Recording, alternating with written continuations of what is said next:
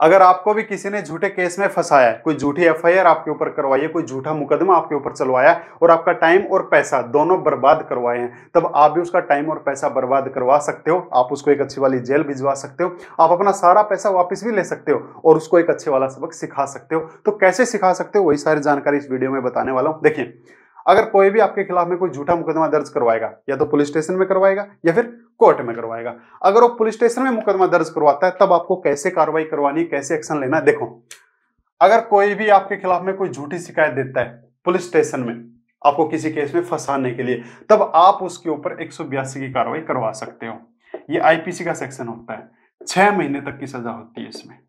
अब 182 की कार्रवाई आप कैसे करवा सकते हो, तो जिस पुलिस स्टेशन के अंदर आपके खिलाफ में कोई झूठी कंप्लेन दी गई है, कोई झूठी कार्रवाई आपके ऊपर करवाई गई है, उस पुलिस स्टेशन के एसएचओ को आपको एक एप्लीकेशन देना पड़ता है। जी, इस शख्स ने मेरे खिलाफ में झूठी शिकायत दी थी आप लोगों को, तो अब इसके ऊपर 182 की कार्रवाई कीजिए। लेकिन अगर वो एसएचओ कार्रवाई ना करे, तो तब उस एसपी को, जिसके अंडर में एसएचओ आता है, उस एसपी को भी आप क्या दे सकते हो, एप्लीकेशन दे सकते हो। जी, इस इंसान ने उस पुलिस स्टेशन के अंदर मेरे खिलाफ में कोई झूठी कार्रवाई करवाई है, कोई झूठा मुकदमा दर्ज करवाया था, चाहे मामला कुछ भी हो भाई, चाहे रेप का केस है, चाहे मर्डर का केस है, चाहे दहेज का केस है, कोई डोमेस्टिक वायलेंस का केस है, चाहे चोरी का केस है, कैसा भी केस हो, कोई छेड़खानी का केस है, भाई उसके ऊपर 182 की कार्रवाई की जाए। अब 182 की कार्रवाई होती कब है और कैसे होती है, अब ये चीज भी जान लो। देखिए, 182 की कार्रवाई करवाने के लिए ना भाई, सबसे जरूरी चीज होती है, अगर आपके नाम का एफआईआर हुआ है तो उस एफआईआर से आपका नाम कटना चाहिए। यानी कि किसी ने आपके खिलाफ में कोई शिकायत दी है, तब आपका एफआईआर में नाम आ गया, बाद में जांच में पता चला कि आप तो बिल्कुल शरीफ इंसान थे, आपको तो झूठा फंसाया जा रहा था। अगर आपका एफआईआर से नाम कट सकता है, कट चुका है, फिर आप क्या करवा सकते हो, 182 की कार्रवाई करवा सकते हो। अब एफआईआर से नाम कैसे कटवाया जाता है, अब ये जान लो। देखिए, या तो पुलिस खुद जांच में आपका नाम काट देती है कि भैया इस इंसान को तो झूठा फंसाया जा रहा है, ये तो बेचारा बिल्कुल शरीफ इंसान है, इनोसेंट इंसान है, या तो खुद नाम काट देते हैं, अच्छी बात है, तब आप 182 करवा सकते हो। अगर वो खुद नाम ना काटे, तो जिस पुलिस स्टेशन में आपके खिलाफ में एप्लीकेशन दी है, उस पुलिस स्टेशन का एक डीएसपी ऑफिस भी होता है, वहां पे जाके भी आप क्या कर सकते हो, एप्लीकेशन लगा सकते हो, सबूत दिखा सकते हो कि आपका नाम जो दिया गया है वो झूठा दिया गया है। जी, और अगर वहां से नाम कट जाता है एफआईआर से, फिर आप उसके बाद में 182 की कार्रवाई कर सकते हो। लेकिन आपको लगे पुलिस वाले क्यों नाम काटेंगे, पुलिस वाले तो पुलिस वाले के भाई होते हैं, है ना। तब ऐसे में आप जिस भी राज्य से हैं, एफआईआर से नाम कटवाने के लिए आपकी स्टेट की जो हाई कोर्ट है, वहां पे आप 482 की एक एप्लीकेशन लगा सकते हो। ये सीआरपीसी का एक सेक्शन होता है, इसके तहत में हाई कोर्ट के पास में पावर होती है, वो आपके सारे सबूत देखेगी, सबूत देखने के बाद अगर उसको लगा कि भाई आपको तो झूठा फंसाया जा रहा है, तब आपका नाम काट दिया जाता है। और नाम काटने के बाद फिर आप क्या करोगे, 182 की कार्रवाई आप कर सकते हो। अब आप सोचोगे यहाँ पे तो सालों साल लग जाएंगे, नहीं, इतना टाइम नहीं लगता, ये सारा महीने भर का खेल होता है। एक एप्लीकेशन लगाई, 1 तारीख 2 तारीख होती है, महीने भर में फटाफट निमट दिया जाता है। अब आपको लगा कि नहीं, एफआईआर से नाम तो कट चुका है, पर उस अकेले को नहीं फंसाना है, उन सबको फंसाना है जो उसका साथ दे रहा था। तब ऐसे में आप बाकियों के खिलाफ में 120 की कार्रवाई भी, 120 बी षड्यंत्र बोल देते हैं, ये आईपीसी का सेक्शन होता है, ये कार्रवाई भी आप करवा सकते हो, 120 बी भी आप लगवा सकते हो। जैसे कोई दहेज का केस है, भाई दहेज के केस में लड़की के माँ बाप भी उसका साथ दे रहे थे कि हाँ परिवार वालों ने दहेज मांगा है, अब बाकियों का नाम कट गया एफआईआर से, तो फिर बाकियों के ऊपर आप 120 की भी कार्रवाई करवा सकते हैं। इसमें भी 6 महीने की सजा होती है, इसमें भी 6 महीने की सजा होती है। तो आप 182 कार्रवाई आप ऐसे करवा सकते हो। लेकिन आपको लगे कि नहीं यार, वो पैसा जो मैंने बर्बाद किया है, आने जाने में बर्बाद किया है, पुलिस स्टेशन में जो मैंने चक्कर काटे हैं, कोर्ट में जो मैंने चक्कर काटे हैं, उसकी भरपाई कौन करेगा, उस टाइम की भरपाई कौन करेगा। तब ऐसे में आप, अगर पुलिस आपको बुलाती है पुलिस स्टेशन में, या आपने खुद जाके सबूत को पुलिस को दिखाए थे, उन्होंने आपकी एक भी नहीं सुनी, और आपको जो पुलिस स्टेशन में बुलाया बिना किसी नोटिस के अगर आपको बुलाया है, या आपको डायरेक्ट घर से उठा लाए बिना 41A का नोटिस दिए, तब ऐसे में जब हाई कोर्ट जा ही रहे हो तो वहां पे एक रिट लगा सकते हो। एक रिट आपको लगानी पड़ती है कि आपको पुलिस स्टेशन में बिना किसी नोटिस के बुलाया गया है, आपके चक्कर कटवाए गए हैं, हमारे घर पे कोई भी रिटर्न नोटिस नहीं आया है, या हमारे घर पे कोई 41A का नोटिस नहीं आया और फिर भी हमको गिरफ्तार कर लिया है। तब ऐसे में एक सीआरपीसी का सेक्शन होता है 357, इसके तहत में जो भी आपका खर्चा पानी लगा है आने जाने में, जो आपका टाइम वेस्ट हुआ है, उसके बदले में आप क्या ले सकते हो, मुआवजा ले सकते हो। आप कोर्ट को बता सकते हो रिट लगाने के बाद कि मेरा इस पूरी प्रोसेस में मेरा 20,000 रुपए का खर्चा लगा है, मेरे को दिलवाया जाए, तो कोर्ट आपको पुलिस से वो सारा मुआवजा आपको वापस दिलवा देती है, आपका सारा खर्चा पानी दिलवा देती है। तो अगर किसी ने आपके खिलाफ में पुलिस स्टेशन में कार्रवाई करवाई है, और एक मैंने वीडियो भी आपको बना के दिया था ये वाला, अगर आपके ऊपर कोई भी एफआईआर हो जाता है तब आप उस एफआईआर से अपना नाम कैसे कटवा सकते हैं, एफआईआर को कैंसिल कैसे करवा सकते हैं, ये वाला वीडियो जाके देख लेना, मैंने वहां पे और भी बारीकी से सारी चीजें बताई गई है। अब अगर कोई आपके खिलाफ में मुकदमा दर्ज करवा देता है कोर्ट में, तो भैया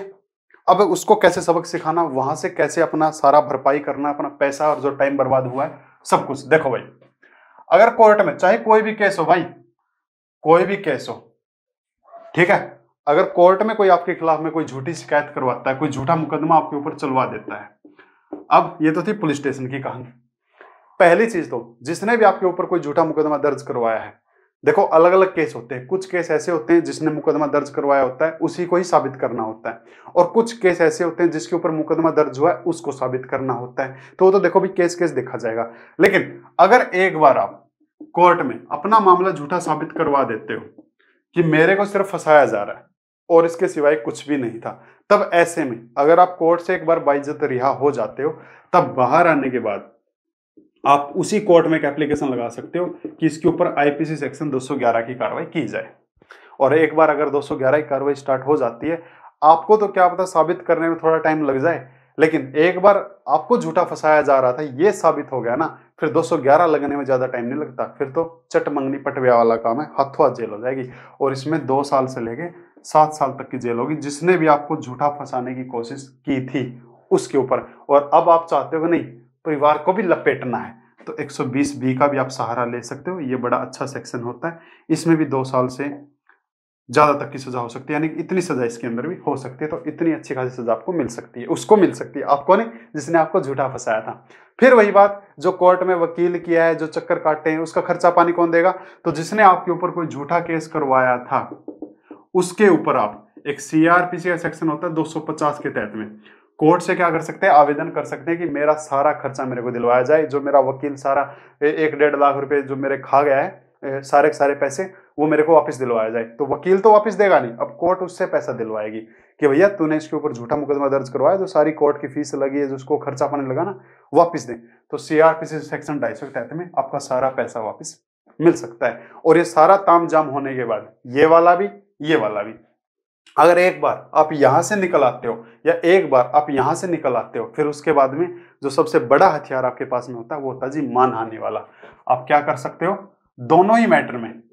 चाहे यहां से बाइज्जत बरी हुए हो या फिर यहां से आपका नाम निकल चुका है, उसके बाद में आप मानहानि का मुकदमा दर्ज करवा सकते हो। और मानहानि का मुकदमा 2 तरीके से दर्ज होता है, या तो आपको जेल करवानी है तो 2 साल तक की आप जेल करवा सकते हो, या फिर अगर आपको लगता है कि नहीं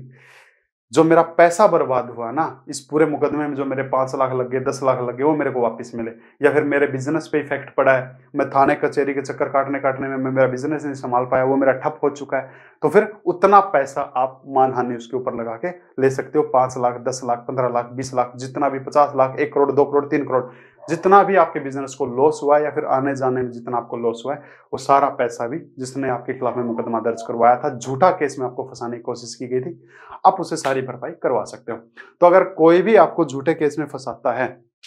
या कोई झूठा नाम आपका लगवाता है, तब आप ऐसे उसको सबक सिखा सकते हो और अपने टाइम और अपने पैसे की भरपाई आप ऐसे कर सकते हो। देखिए इन चीजों में थोड़ा बहुत टाइम लग सकता है, ऐसा नहीं है कि जाते ही हुआ और काम बन गया, पर अपने आप को सही साबित करना